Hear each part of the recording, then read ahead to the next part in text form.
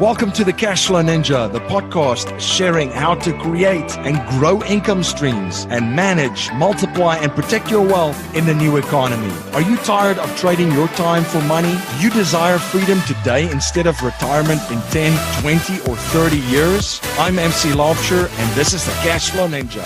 Hello, Cashflow Ninjas. MC Laubscher here, and welcome to another episode of the Cashflow Ninja. I have a great show for you today. In today's show, we're going to look at cannabis cash flow business models and opportunities. I'm joined on the show today by my friend Marco Santarelli. Marco is an investor, author, and founder of Norada Real Estate Investments, a nationwide provider of turnkey cash flow rental properties. And since 2004, they've helped thousands of real estate investors create wealth and cash flow through real estate. Marco is also the host of the Passive Real Estate Investing podcast. And Marco is a co-founder of Global Growables Inc., a principal partner in a cannabis pod farm in Veneta, Oregon. If you're interested in joining our investors group, you could go to cashflowninja.com/investors group and fill out an application form and or email me at info@cashflowninja.com to start the discussion to see if you're a good fit for our group. If you're in the Philadelphia, Bucks County, and Southern New Jersey area, we are hosting a live investors meetup event every month in Newtown, Pennsylvania. For more information on the monthly event and information on how to join us at our next live event, you could go to cashflowninja.com/events. MC Laubscher here, the host of the Cashflow Ninja podcast and also the president and chief wealth and investment strategist of Producers Wealth, where we help our clients integrate cash flow banking, also known as infinite banking, with their business and investments. If you're interested in learning more about how we create strategies that integrate cash flow banking and investments to turbocharge them, you can access a video series at yourownbankingsystem.com. That's yourownbankingsystem.com. Marco, welcome back to the show. MC, it's great to be back. Hope you've been well. Yeah, absolutely. Looking forward to this. Always enjoy our conversations and catching up. Marco, if you don't mind, for new listeners, if you could just share a little bit about your background and your journey. Yeah, well, real brief. I'm all about real estate and real estate investing. I certainly love teaching people how to invest successfully from any market, regardless of where they live. They can invest anywhere in the U.S., and that's something I've been doing personally for 15 plus years now, and literally built a business around it. Selling turnkey cash flowing rental properties, as you know. So every day we're talking to investors from all over and helping them create wealth and build passive income through investment real estate, residential real estate.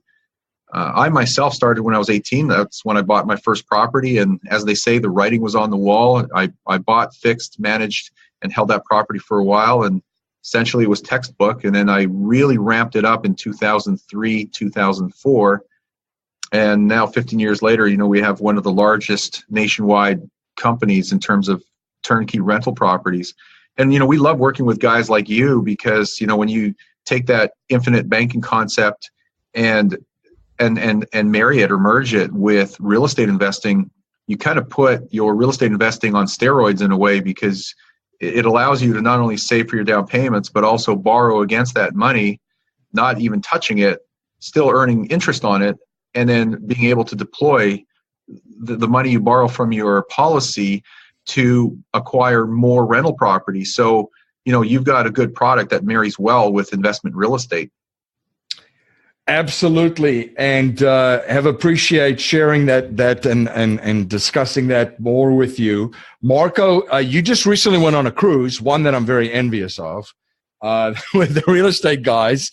What were some of your biggest takeaway with all the characters on there, the Kiyosakis, the Schiffs, the G. Edward Griffins, and so forth? What were some of the biggest things that you took away from the cruise?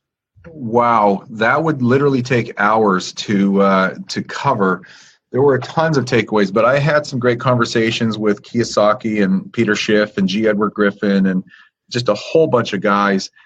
I think the first thing that just comes to mind is the number one reason why a lot of people aren't rich is because they're afraid of making mistakes. And you shouldn't be afraid to make mistakes, because that's essentially how you learn. But it also means that you've taken a step forward. You've taken action to try to do something and achieve your goal, build a business, invest in real estate, whatever it may be. So the reason people fail is because they actually don't call it a risk. I say risk in quotes, but they don't take action. That you can't be afraid of making mistakes. And the person that actually makes the most mistakes and learns from those mistakes are the people who win, and win big. I mean, if you look at a lot of the rich people, wealthy people, they've taken some bold leaps, but they've also made a lot of mistakes along the way, and that's how you learn. So that was one of the big takeaways. Another big takeaway, which I already knew, but it was just kind of emphasized again, and that is this: that a lot of the people who are wealthy or rich in the world actually own businesses, whether large or small, part-time, full-time. But what they do is they kind of follow the McDonald's model. They take that business, they take the profits from that business, and they use that to buy real estate. So essentially, the business is buying the real estate directly or indirectly. And as of today, and this is an interesting fact there, MC, oil and gas used to carry the biggest tax incentive, probably in the world, but certainly in the U.S. But as of now, with these new tax laws, real estate actually carries the biggest tax incentives. So if you are looking for tax deductions and tax benefits, it's now real estate, not oil and gas. Yeah, it's certainly a lot of changes that's very favorable for real estate in the tax act that was passed. So that's really, really exciting stuff for the industry. Lots of opportunities there. And you make a great point. I mean, I see it in, just in family offices too. If you look at it, there's a business that drives and generates cash flow. And then the wealth is warehoused in real estate. And of course, there's insurance products for cash flow management of the family. So to your point, it's a pattern that I've seen as well, and certainly has stood the test of time. We're going to jump into our discussion of something really interesting. As a real estate investor, and also as a business owner and an investor in other industries, the cannabis, Mitch, is something that you've looked at and explored some opportunities, and you're very active, and you were on the show before sharing a little bit about the industry and what's going on there. If listeners have not checked out that episode, just go to cashflowninja.com and put in Marco Santarelli. Marco's episodes will jump up. Listen to that one. There's been certain things happen. I've got a couple of notes here. Just as of February 2019, 10 states have legalized the use of recreational marijuana. A little bit different from medicinal, but that's already, there's a lot of momentum there. 13% of Americans identify as current users. That's probably folks that thought that, that the questionnaire was private, right? Not the other folks that thought that was suspicious of it. There's probably more, but there's a lot of momentum on it. What are some of the other things that you're seeing just from a very big macro level of the space, and any comments with regards to momentum that it's picking up? Yeah, so you're correct. 10 states as of right now have legalized recreational marijuana, and that's not including Washington, D.C. So D.C. is also added to that list. At the same time, 33 states have legalized medicinal marijuana plus DC, so really 34 locations. And that's just a trend. It's some people are saying, well, it won't happen. But you know what? The majority of the population now has just come to the realization that this is quickly or slowly sweeping across the country. Eventually, every state will have legalized it, for sure on the medicinal side. The recreational side might drag out. But, we're talking an industry here that is in the tens of billions of dollars in economic impact. In fact, the last time we spoke, the articles and the studies that were coming out were saying that legalized marijuana accounts for about a $50 billion industry. And as of now, they're saying that by 2021, the marijuana industry could have a $70 billion economic impact. It's huge. I mean, if you look at the size of different industries, this is the fastest growing industry, not only in the country, but I've heard also in the world. And it's somewhere right now in the $7 to $8 billion per year category. What's larger than cannabis? Beer is probably one of the largest industries. If on a scale that that I'm looking at here, it's 111 billion. Cigarettes are an $80 billion market. The video game industry, which we both know is huge, is 36 billion. Donuts is almost 20 billion, which is hilarious. McDonald's is an $8 billion market, and Netflix, something we're all familiar with, is 6.6 billion. But if you look at the estimated combined demand for recreational cannabis in the U.S., if you stack it all together, it's a $50 to $55 billion market growing to 70 billion. So, when you say the marijuana floodgates are bursting wide open, they are, because this is not just a fad or a trend. It's actually something that is becoming a major industry in the U.S. And what's really, really exciting about it is not so much the size of the industry, but the compounds that come out of legalized hemp and marijuana, which are the CBD products, like the oils and edibles, that have tremendous and amazing health benefits, medicinal benefits.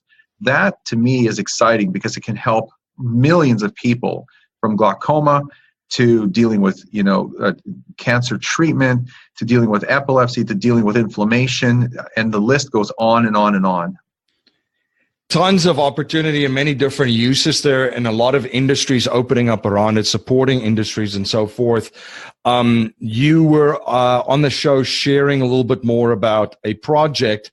Maybe if you want to give us an update and the start of that project and how things have been going, and then touch on this new exciting project that you're looking to, that you're looking to share more information about with Global Growables.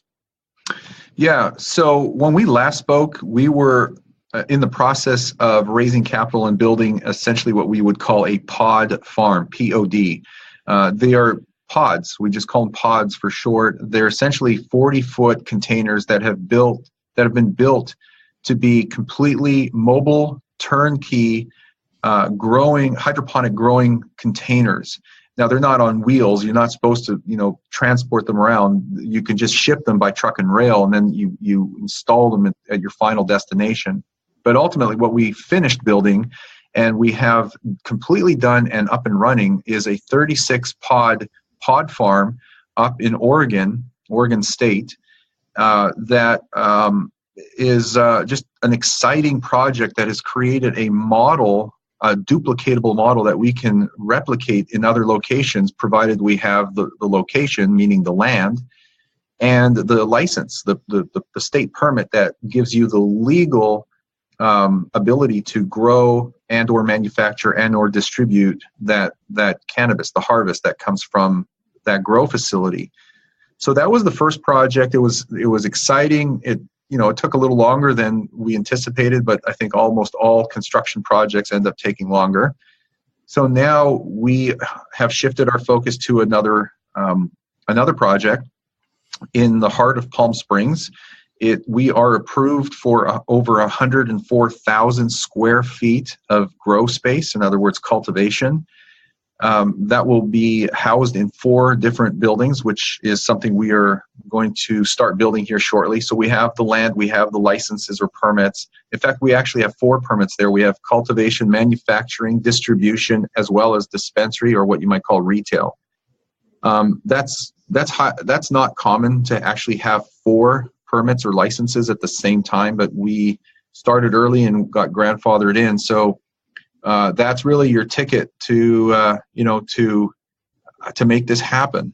And so where we are today with that project is we essentially have the engineering, the horizontal development done, the architectural work done, the approvals from the city, the permits to start shoveling dirt and building. In other words, everything is on the table and in place. We are literally ready to start building and growing. In fact, we could pitch a tent and start growing today if we wanted to. Obviously, we wouldn't want to do that. But so what we've basically opened up is an opportunity for some investors, accredited investors, to participate on the real estate side. So this is truly an equity-based investment. It is based on the real estate, not the operations. And it's a total of a $6 million raise. What's exciting about this, if I can just kind of expand on it, please do. We're anticipating a 5-year hold on this investment. It could be as short as 2 to 3 years, but we're projecting a 5-year hold. It has over a 12% cash-on-cash return. That's the average annual rate of return. The total return over the 5-year hold period is 223%. And what a lot of sophisticated investors look at is what is referred to as the IRR, or the internal rate of return. And that's kind of that magic number that you look at that gives you the true picture of what is going on. And over a 5-year hold, the projected IRR is 20.4%. And I will say that that could be and probably will be higher, but we wanted to take a conservative approach to these projections.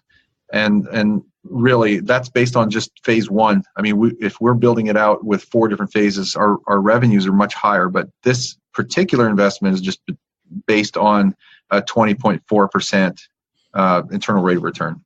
You're listening to the Cashflow Ninja, the show helping people all over the world create monthly cash flow and achieve freedom today, not in 10, 20, 30, and or 40 years. This is the show where cash is not king, but cash flow is king. We will be right back after a word from our sponsors. My friend Dave Zook says you can be conventional or you can be wealthy. Pick one.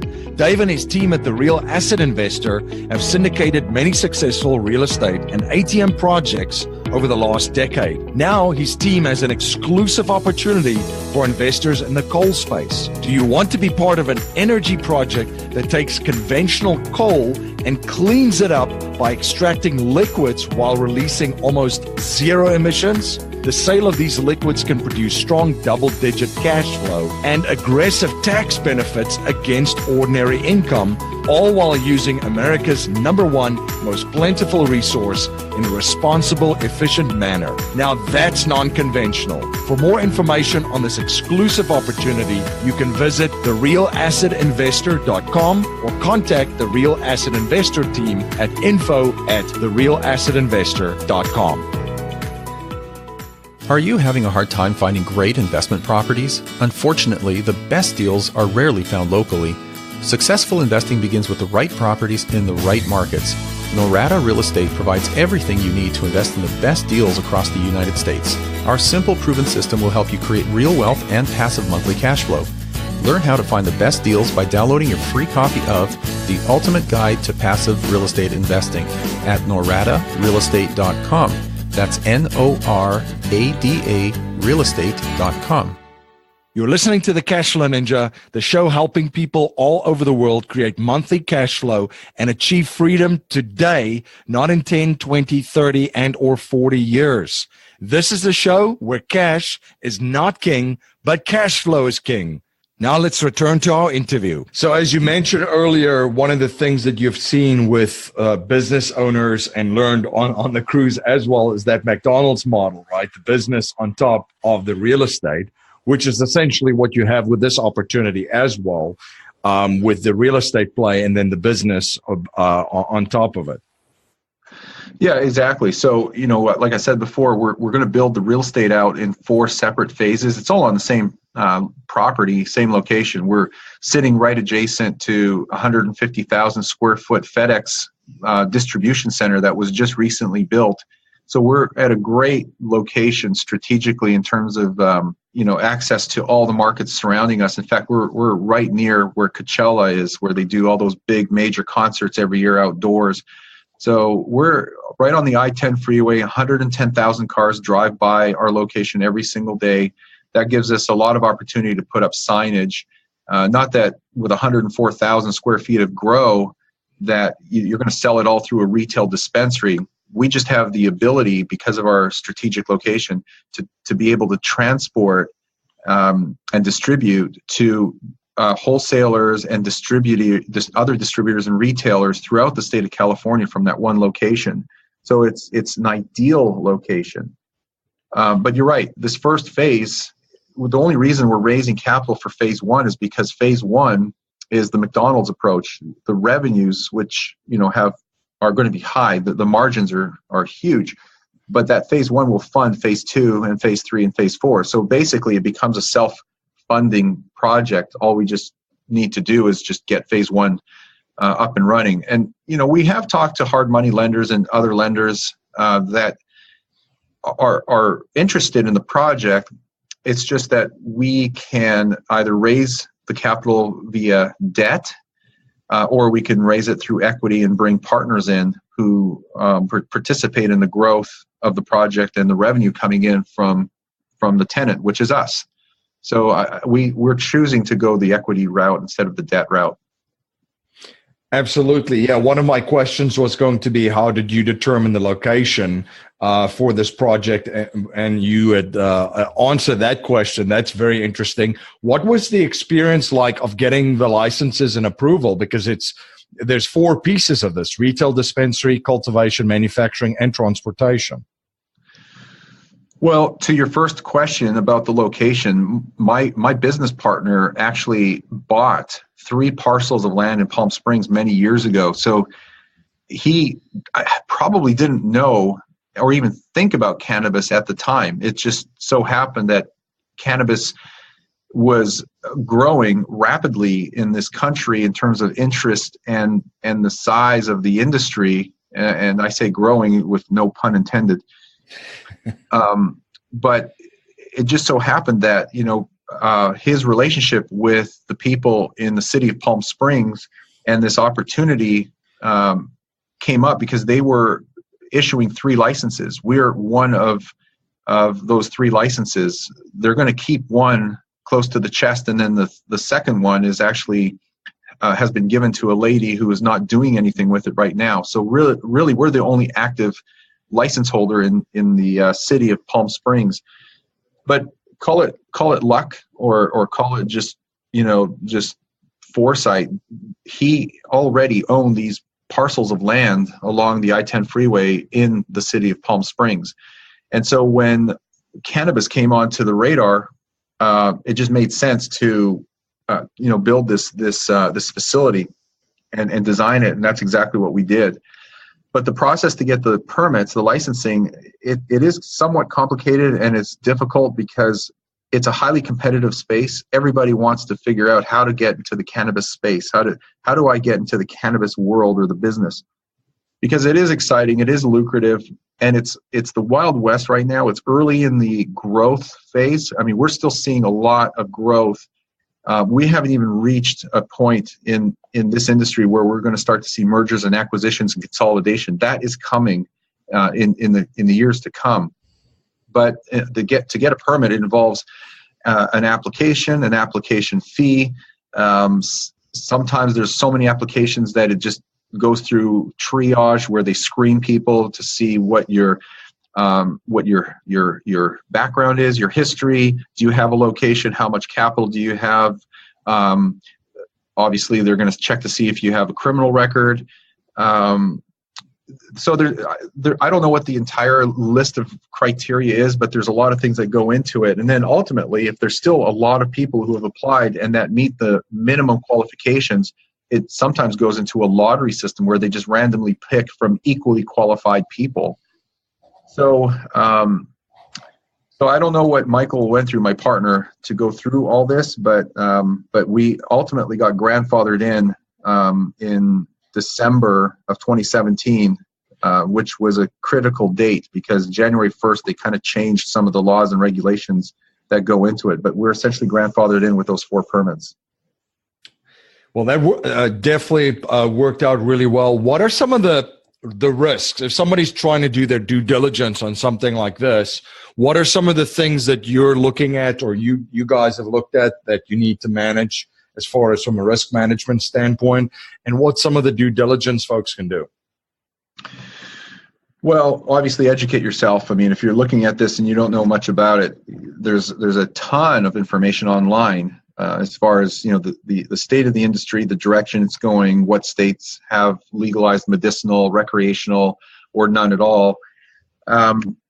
Fortunately for us in the state of California, everything is passed unanimously in terms of medicinal and recreational, and so it's a huge market here.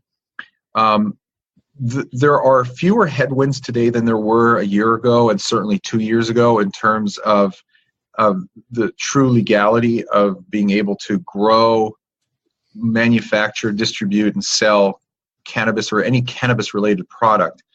But that headwind is slowly disappearing. More states are adopting medicinal and recreational.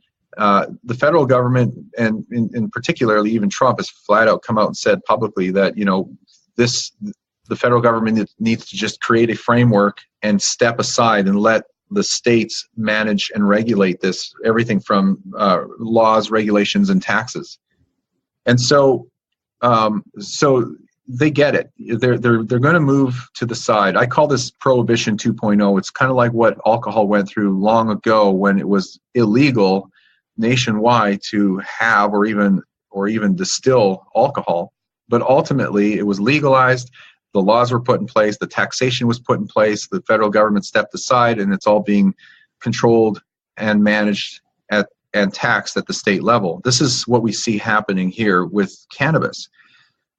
More recently, we saw, I think it was in January, but the federal government signed into law another bill. I'm just calling it the hemp bill. That's not technically what it's called. But they basically legalized farmers the ability to grow hemp, which is an amazing material. It's very strong. There's a lot of industrial and utility uses for hemp. You really can't use it as a medicinal or recreational type of product, although you can get CBD oil out of hemp product. It's my understanding that the cannabis plant is far better. It's much better suited to extract CBD oils from. That's the health benefit portion of the plant. It just so listeners know, THC is the compound in cannabis that gets you high. So if there's no THC, you're not going to have any buzz or high from it. It's the CBD oil that is the compound that has all the medicinal properties. But people are recognizing that all over. Canada's legalized it nationwide. Every province and the entire country has legalized cannabis. There are many other countries that have followed suit and are on board. This is just a very, very strong trend. But to go back to your question, MC, the headwinds have subsided tremendously. This is being recognized as now a movement, not a trend or a fad. It's huge. It's big business. There are very few mom and pops in this industry anymore. These are big players. These are companies that are in the tens and hundreds of millions of dollars in revenue and in size. And this is why I see a massive consolidation coming in the next 5+ years, where the big boys on Wall Street will come in with their big checkbooks once the federal government has officially legalized it, meaning that all they're doing is just taking cannabis off of the Schedule I list of drugs, which in most people's opinions should never have been there in the first place. So you could say that the federal government, the fact that it's still considered illegal at the federal level is a potential risk.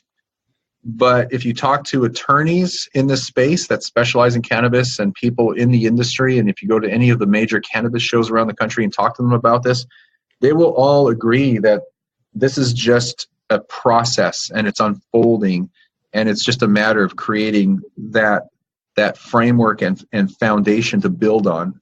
So I don't really see a lot of risks. I'm not going to say there's none, but I don't see a lot of risk at a high level, at the federal level. At a low level, I think we've eliminated most, if all, the risks on our project because we've already got the entitlements, the approvals, the architecture, the engineering, the entitlements. I mean, that's all done. It's essentially turnkey. The only other risk that I could see is that there's a strong demand for contractors in the state of California and probably nationwide. So it's just having enough in terms of construction help, the companies and the contractors that are doing the work, to just get it done in a timely manner. And that project may drag out a little bit just because the workforce is pretty tight. But I don't see that as being a risk as much as just a condition of the marketplace.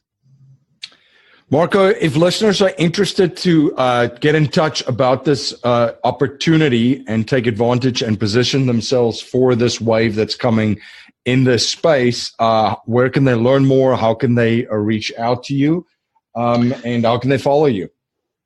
Yeah, so I'll just give you my email address here. Of course, if they have an issue or problem with that, they could always reach out to you, and you could forward their email or contact info to me. But if you want to reach me directly, it's just Marco, my first name, Marco, at globalgrowables.com. And I know that's a mouthful, so if I was to spell it, it's just global, Global. Global. And Growables is always the tricky one. Growables is just Growables, Growwables, globalgrowables.com.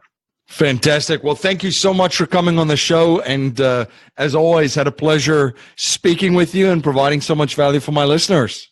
Anytime, MC. It's always a pleasure speaking with you too. Life settlement investments have allowed financial and banking institutions to not only buy their equity contractually, but also diversify their capital from any economic, market, and geopolitical risk. It's been part of the billion-dollar blueprint followed by institutional investors. And if you're an accredited investor, you can also now participate in this vehicle with enormous growth potential. You can watch an informational webinar presented by one of the premier organizations providing life settlement investments, Penumbra Solutions, at cashflowninja.com/life settlements. Thank you again for joining me on the Cashflow Ninja. If you like what you hear and appreciate what we're trying to build here, please subscribe, rate, and write a review for our show on iTunes, and share our show with family, friends, and your network. If you're not a subscriber to our newsletter, you can sign up for our newsletter at cashflowninja.com. I want to thank you for spending your most precious resource with me today, your time. Until next time, my friend, live a life of passion and purpose on your terms.